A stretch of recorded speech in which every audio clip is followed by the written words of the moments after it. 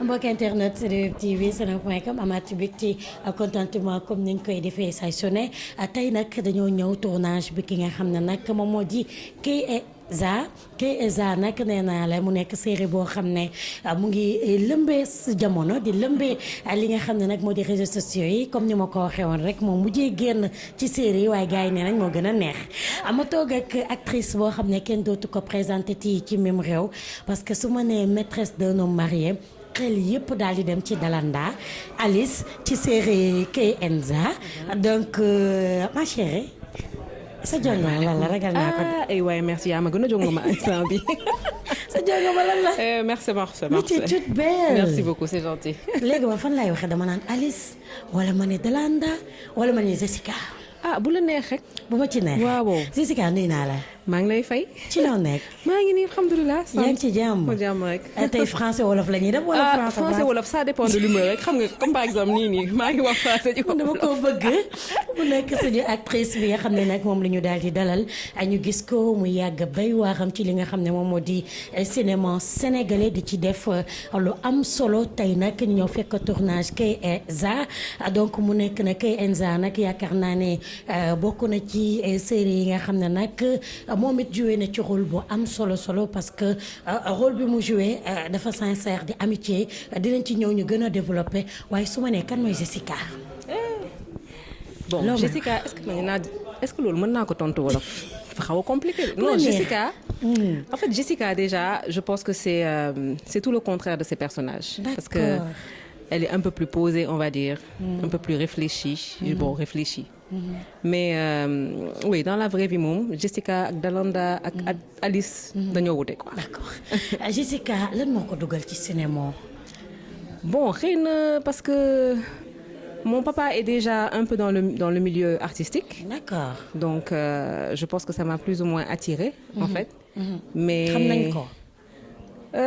Dans le milieu cap-verdien oui. Parce que Daniel la tudd et il est aussi dans l'AMS day yëngu ci Sodav enfin tout ce qui concerne la musique. Voilà Daniel Gomez la. Et puis voilà et puis après je pense que j'ai juste eu la chance on va dire d'avoir des castings. nga xam ne ça collait un peu à ce que je voulais faire. Maîtresse d'un homme marié moom c'était vraiment un pur hasard. Je ne sais pas est-ce que mën nañu wax hasard wala yàlla.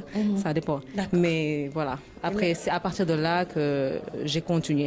ma gis ne franchement avant les séries Jessica lan la doon def la moo nekkoon activité am da doon jàng wala mu ngi doon liggéey. dama doon liggéey. Non vraiment casting moom c'est venu vraiment par hasard. dañ ma proposé nga ñëw casting ñu xool. On va dire voilà on essaie rek bu dee ça marche tant mieux sinon bon voilà quoi. kon ma ne bon xaaral rek ma tenté. xool voilà et puis Dieu merci je pense que le public a plus ou moins bien accueilli le rôle de Dalanda et puis je me suis pris de passion on va dire pour le métier. kon depuis lors je prends chaque projet. comme expérience bu bees rek. bu bees waaw d'accord sa intégration bi Maro di anticiper nga question bi ndax nee nga casting la woon. nga daal di ñëw ñu proposer la rôle Dalanda.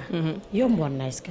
yombul de non parce que déjà pour quelqu'un qui n'a jamais vraiment fait de la télé.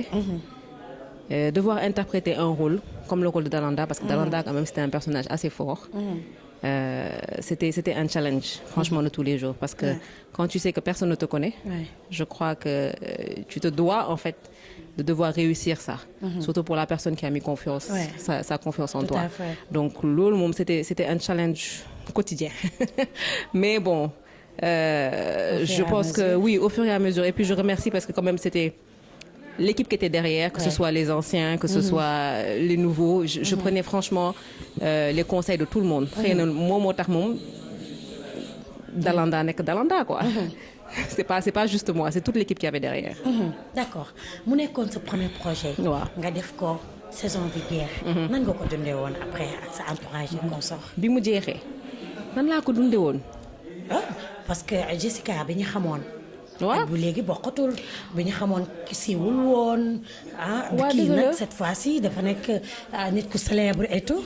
Bon, célèbre, man, ni ma tamee di wax, en fait, man, je me considère pas comme une star. Man, mot boum, je ne l'aime pas. D'accord. C'est vrai que c'est différent maintenant sur le plateau. C'est vrai que c'est différent Ouais. dans la vie de tous les jours. Quand tu fais tes courses, dañ lay xàmmee, pardon, Tout à excusez-moi, fait. dans la rue. Ouais. Quand tu interagis, c'est ça vraiment qui a changé. Mais ni ma tamee di wax, Dieu merci, on n'est pas dans un pays, en fait, on va dire, où on a besoin de garde du corps, genre, pour marcher. Donc, ça va, c'était normal. J'ai pas... C'était une belle expérience. Te ba léegi pon ci man c'est une belle expérience. D'accord. Je n'ai rien vu de... après ça. da nga continuer woon sa liggéey wala yaa ngi woon ci yeneen Ah non, projet cinéma. maa ngi liggéey ba léegi parce que en parallèle je travaille et je fais ça on va dire comme hobby. d'accord mais Waaw. yàqul dara sa liggéey. Non yàqul dara sama liggéey c'est une question d'organisation rek. D'accord. Man maay xool ni may organiser sama emploi du temps. sa liggéey personnel nga yor wala. Non damay liggéey j'ai un patron. d'accord tu as un patron 8h J'ai un 18h patron. heure normale. Voilà, heure normale. Léegi nag bon, ça dépend de beaucoup de choses. C'est une question juste d'organisation personnelle, je pense. Et Dieu merci, je touche du bois.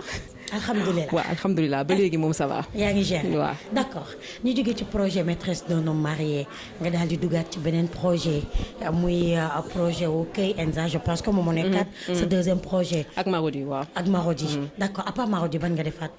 Oh, defoon naa Infidèle saison 3, je pense, ak Evan Prod rapidement. Après, j'ai eu quelques petits projets avec, c'était Walf. Et oui, il y en a quelques-uns que j'ai fait parallèlement. Mais ak Marodi moom, c'est le deuxième. deuxième d'accord biñ la woowaatee. proposer le projet wu li nga xam ne moo di Kay Enza. daal di la jox synopsis bi déjà. nan nga ko dundee automatiquement. Non, de me sentir kii bi personnage bi en fait parce que dama ne déjà ça va être quelqu'un de complètement différent de Dalanda. Xam nga Dalanda moo doon nekk genre femme forte. à fort caractère. te Alice instant bi en fait c'est comme on dit la meilleure amie sur qui on peut compter. moom mooy genre équilibre ci groupe bi. xam nga da nga am benn genre ki ne mbay. nga xam ne moom voilà. genre géwël voilà. Keïcha Faye waaw léegi nag Zara bon ça va. léegi nag man may xaw a apaisé. chaque fois di voilà. j'amène un peu on va dire le bon sens waaw. Je sais quoi de mettre l'équilibre waaw non du loolu ñoom ñëpp ko kat ci série bi xanaa yow gisoo Zara elles sont magnifiques macha allah elles sont magnifiques mu nekk série bu neex sénégalais quand même. Merci beaucoup merci vraiment mais je pense que c'est parce que ça raconte aussi les histoires de femmes de manière générale te li ëpp solo mooy on montre que les femmes se soutiennent en fait. Je pense que ça manque beaucoup dans notre société. Il faut qu'on montre en fait qu'il y a vraiment de l'amitié entre femmes, qu'on se soutienne entre nous et qu'on fasse avancer tout le monde dans ses projets personnels. C'est important. Ouais. C'est important retrouvaille bi ñu defee casting bi ba yéen kat ngeen war a def li nga xam ne moom moo di série bi. déjà xamante woon ngeen à l'avance. bon xam nga Kiné Mbaye mooy benn. waaw mooy sa njëkke kooku moom c'est pas la peine. toj na maîtresse d'un homme sa njëkke à part sa njëkke Keïcha et Jupi. bon Jupi et Keïcha je les connais de manière générale depuis assez longtemps je connais plus Jupi. Après nag suñu Adja nationale moom ñëpp a ko xam. donc je pense que c'est vraiment là sur ce projet-là que j'ai vraiment appris à la découvrir. et c'est des femmes formidables moi je pense que le courant est parfaitement passé. léegi voilà chacune avec son caractère chacune avec comment on appelle ça son tchafk. si je peux dire ça comme ça. mais oui on se connaît toutes. ku nekk am na sa touche personnelle. waaw c'est ça qui fait un groupe. d'accord ça te fait quoi nga jouer waat ak sa njëkke Kiné Mbaye encore xam naa ne manqué woon na la c'est-à-dire que déjà Léna.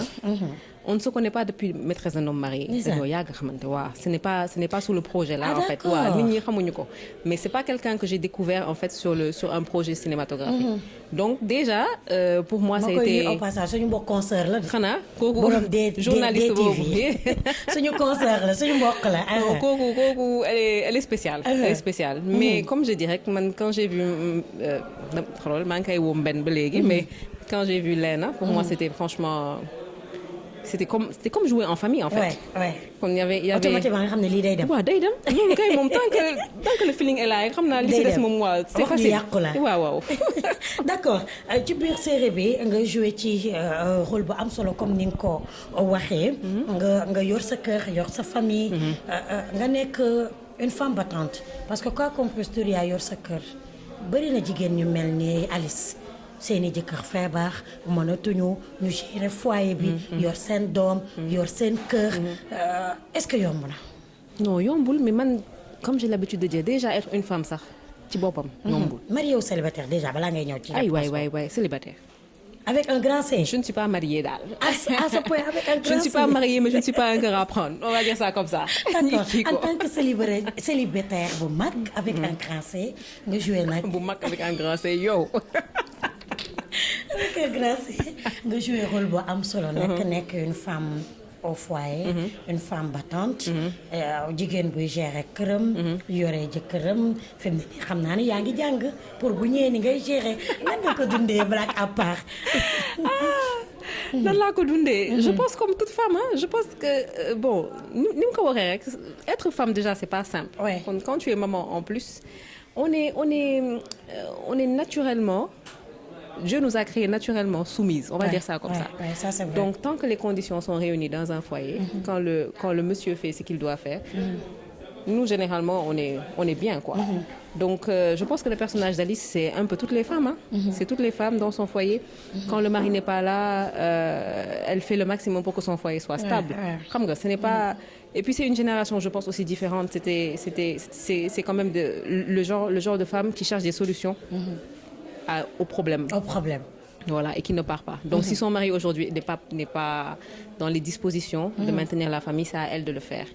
Comme je dis, dans un couple, ce n'est jamais 50-50. 50-50 amul. C'est-à-dire, yenn saa yi day am 100%, da ngay nekk 100%, keneen ki nekk 0. Yow itam, il y a des jours tu seras 20%, keneen ki moo koy. C'est une question de complémentarité en fait. Et je pense que c'est ce que Alice en tout cas essaie de montrer. D'accord. Alice, gis nañ ne rôle bi nga xam ne nag moom nga joué ci Kenza ñëpp daal di apprécier comme ni nga ko waxee rek waaye li lay tuumaal ci live TikTok bi moom. Mais live TikTok bi du man. Déet mais yow lañ fa wax ne yow yaa am jëkkër am xarit. non mais xam nga nag yow da ngay nekk ak say xarit y a des choses nga xam ne xam nga yow. dama aussi xam nga te loolu yëpp Kiné Mbaye la du man. man defuma dara man de j'étais dans une zone de confort. xam nga yéen quand tu es avec tes amis. tu dis tout. Ce sont tes sœurs. Donc yéen yi ça doit rester secret. xam nga bon après maintenant chacun a commencé à parler. Zara di wax kii wax problème am ak jëkkëram. ma ne xaaral ma itam c'est comme ça waaw. léegi nag su ma xamoon ne Kiné Mbaye mu ngi filmé est-ce que. non déedoo ci wax mais loolu weesuwul ñu pare ci njëkk Kiné Mbaye defal leen live sosal la lu toll nii àdduna. man de man en tout cas. man ba léegi mais loolu la xaar pour porter ko plainte. Jean kan. moom kan. nu mu tuddati jabaru jéeri. non plainte bi mu ngi ñëw. jabaru jéeri nu mu tuddati. fàtte naa sax Anta. waay non je pense que Zara va s'occuper de ça wala Keïcha man moom mënumaa xeex. yaa ngi géré yenn xeex yi mënuma ko. et ton ex Roger ñu koy nuyu au passage. Roger est un excellent acteur. Roger est un excellent acteur. c'est un frère Roger Sala ñu koy nuyu au passage. donc mu nekk loo xam ne série boo xam ne ñu bëri apprécier nañ ci personnage ki nga xam ne moom moo di Jessica lan moo nekk ci Jessica te nekkul ci Alice. lan mu nekk ci Jessica te nekkul ci Alice. Je pense sa patience D'accord. Elle a beaucoup de patience je trouve. Jessica. Ou Alice. Jessica a beaucoup de patience. D'accord. Alice ça va. des fois moo waaw c'est ça. c'est-à-dire je ne peux pas trop parler yéen il faut ngeen seetaan ko waaw. xaaral nañ ko suturaal Alice déjà mu jàdd ko nañ la suturaal xam naa la. waaw toi aussi. on peut pas tout révéler comme ça. waaw quand même. problème je valide y a pas de souci donc leneen li mooy que ni comme ni nga ko waxee rek tey bon projet actuellement nga nekk di waajalaat bu weesoo Kenza. Non, pour l'instant, c'est vraiment Kenza. Je suis dessus à 100%. Il y a d'autres projets, on va dire, à venir. Mais bon, pour l'instant, je me focalise plus sur Kenza. Sur Kenza. Ouais. D'accord. ñu ñëw ci li sa xarit di dund. nga koy épauler. ñu bëri dañuy naan. parce que loolu dafa nekk thème bu am solo ci société bi parce que léegi boo waxee dañuy xarit amatul. C'est rare daal. boo waxee ñu ne àndandoo moo am. àndandoo moo am. dañ lay jege xamal la bu ñu génnee weer la. tey yow nga joué rôle bu am solo. ci àndandoo ay góor jigéen déjà dañ naan. xarit àndandoo jigéen sincère la. yéen seen groupe bi c'est compliqué waaw. ngeen xaw a sincère. waaw ban jàngat nga mën a wax foofu. bon c'est vrai que amitié des femmes c'est compliqué, mais je pense que ça doit être en fait un exemple. Justement, bu ñu gisee ce quatuor-là de femmes, Ouais. comment elles sont sincères, comment elles sont en train de s'entraider. Je pense que c'est important en fait qu'on montre. On n'a que nous en fait. Comme on a l'habitude de dire, généralement la femme est l'ennemi de la femme. Mais tout l'autre à moo fait. war a changer en fait, parce que nous tant qu'on est forte, en fait kenn du ñu yeb. Personne ne va essayer de nous diviser. C'est parce que et je pense que c'est un peu ce que la série montre en fait. Je pense que les femmes en tant que telles elles doivent toutes s'unir en fait, quel que soit le problème. Comme ça kenn du leen mën a yàqal en fait. Pour moi et malheureusement nag c'est important li ngay wax ni lu am solo la. te malheureusement nag suñu société surtout sénégalaise je pense que c'est très compliqué parce que les femmes sont toujours en concurrence Ouais, ça, entre c'est vrai. elles et généralement pour les mauvaises raisons, surtout quand il s'agit des hommes. Ouais. Parce qu'on a toujours mis dans la tête des gens que la finalité c'est l'homme, c'est le mariage. Tout à fait. Donc c'est pour cela que moi je dis que si les hommes se sentent permis de faire certaines choses, c'est parce que les femmes lâchent un peu trop de lest. Tout à fait. Alors que si elles sont assez solidaires, en fait, yenn yi ça ne va pas exister. mais est-ce que tamit jotul ko ñu changer concept boobu femme yàq femme parce que ñu ngi koy wax. mais loolu moo am. non mais loolu moo am. mais en jot na fait ñun jigéen ñi ñu liggéey ci loolu. parce que tamit quoi qu'on puisse dire tout le temps ñu ñuy taxé de warkat ñu ñuy taxé de nangu sa faru copain. xam nga am na yenn yoo xam ne jot na ñun jigéen ñi. non c'est à nous en fait man ci man xam nga li may wax rek mooy généralement comme je dis la femme Ouais. est à la base de l'éducation. Ouais. Donc c'est nous qui éduquons nos hommes, c'est nous qui Tout à éduquons fait. nos fils, nos filles. Donc tout ça là ci ñun lay commencer daal. Tu vois. Donc si nous déjà on n'est pas en train de montrer le bon exemple pour montrer que OK, on a toujours des femmes de valeur, des femmes qui sont sur qui on peut compter. Xam nga qu'on n'est pas forcément là en fait pour se crêper le chignon, pour dire reyante wala je sais pas. Tu vois. Tant que nous on ne montre pas le chemin là, comment est-ce que les hommes vont pouvoir nous respecter. Xam nga C'est important. c'est quelque chose pour moi qui est très important. Les femmes elles mènent le monde quelque part. Ouais. Après je me dis chacun ses objectifs personnels, je peux comprendre ça, mais en tant que femme, je pense qu'on devrait vraiment plus se soutenir pour avancer plus vite. ça te fait quoi parfois nga toog dugg ci réseaux sociaux yi internet gis ñuy yàq jigéen te ki koy yàq moroomu jigéenam la. En fait, je trouve ça triste parce que je me dis que c'est parce que c'est ça qui doit changer en fait. Loolu rek moo war a changer parce que en fait ça à partir du moment où chacun de nous connaît sa valeur, on arrive à élever l'autre personne en fait. Tout à fait. Moi ça me ferait plaisir en fait. Je suis avec ma copine, je vois qu'elle est en train de réussir dans un mais dama koy tàccu. yéene ko waaw c'est billaay important li ngay wax. que je suis toujours en train là dama koy soutenir, tu vois, qu'on se soutienne. OK, super, elle est plus belle que moi, elle est plus mais on la célèbre en fait. On la célèbre chaque fois, mais pas à chaque fois qu'elle est en train de faire quelque chose, tu es jalouse wala je sais pas comment expliquer ça, mais je me dis que la chance de cette femme-là, ce n'est pas ma chance à moi. Yàlla la. C'est ça en fait. Yow sa boss bu naree ñëw dina ñëw. Donc ça sert absolument ci boobu parce que gars yi duñ ko gëm. Gars yi amatuñu patience. Yàkkamti nañu gis mais yenn xeex yi tamit ça sert à rien. Voilà. Parce que à la fin ce qui doit te revenir va te revenir. Ça, c'est si vrai. c'est pas pour toi, c'est pas pour toi. Ça, c'est vrai. te loolu moom je pense qu'on est plus des enfants quoi. Lan moo la gën a metti dans la vie. nan moo gën a metti man. Non, généralement, je dirais que c'est le manque de respect, de manière générale, que ce soit envers un enfant, une grande personne. J'ai horreur du manque de respect. dañ la mës a manquer de respect. Non, mais manque de respect fépp la, même mu nekk ci liggéey wala en famille. Je pense que c'est la seule chose que je ne supporte pas. mës nañ la manquer respect ba nga craquer. Oui, mais loolu boo nekkee xale la da ngay craquer. Tu te comportes mal, tu as une attitude d'enfant quoi. Mais plus tu avances, plus tu apprends des expériences. Da ngay màgg et puis à un moment donné il y a des comment on appelle ça? Il y a des situations yi nga xam ne da ngay ignorer rek. Ouais. C'est la meilleure manière de t'en sortir. dëgg bal bi rek bàyyi mu sedd. jeex na on n'a plus le temps de se battre. Bilaay doole boobu sax aw ma ko. man dama ko bëgg kenn du ko rey des. non on n'a pas le temps. kenn du la rey des. mu ngi noonu bu weesuwee manque de respect lan encore. De décevoir, je pense de décevoir de manière générale ma famille. Ban anecdote nga ci mës a am. De déception. Oh loolu est-ce que duñ ko bàyyi rek. xam naa ne jigéen bu ne dund nga déception ban anecdote nga ci am. Non loolu on va laisser tomber. ak yow ay wax ba xel rek. du man ak yow kese man ak yow ak caméra bi la yeneen déception yi xoolal dañ koy bàyyi foofu nga fàtte. ñu kaakaa bi déet bàyyi ko noonu rek. waaw baax na donc mu ngi noonu ñi dem ci biir li nga xam ne nag moom di wax nga lu am solo. parce que sincérité dafa baax ci doomu aadama. quoi qu'on puisse dire. nit da ngay sincère gëm sa bopp. bëgg sa bopp. ba ku la gis daal di la jox sa gëdd. ça te fait quoi booy dégg tey ñuy dénigrer ñi nga xam ne ñoo nekk ci milieu bi. que ça soit cinéma et consort xale yu jigéen ñi ci bëri dañoo xaw a libre ça te fait quoi booy dégg ñuy dénigrer ñi nga xam ne ñoo nekk ci cinéma.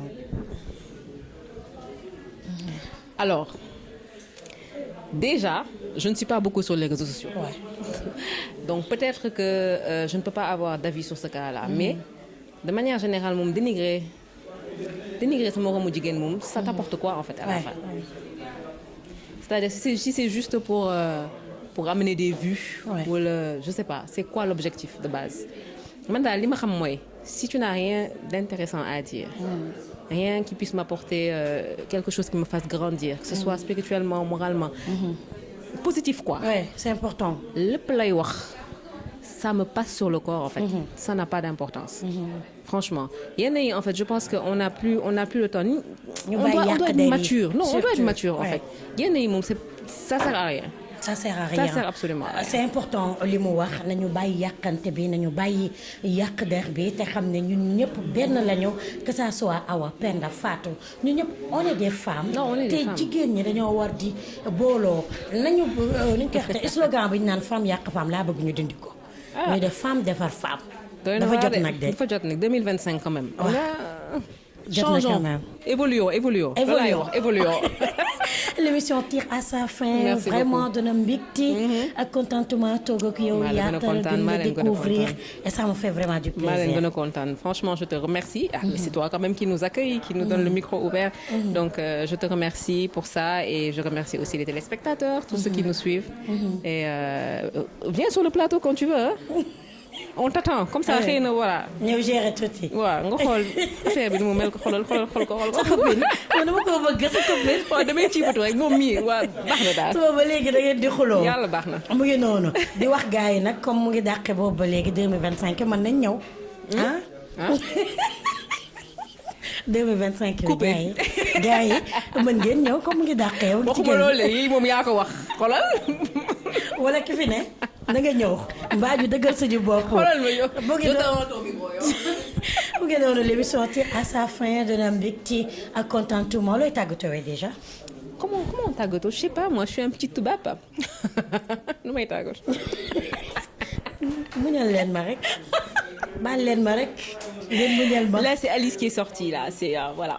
Les caprices en tout cas, d'Alice, merci. Les caprices d'Alice. Non, franchement, juste remercier pour ce plateau, remercier pour me donner le micro. L'équipe Kenza aussi. Voilà, et de te voir suivre, hein, suivez franchement la série.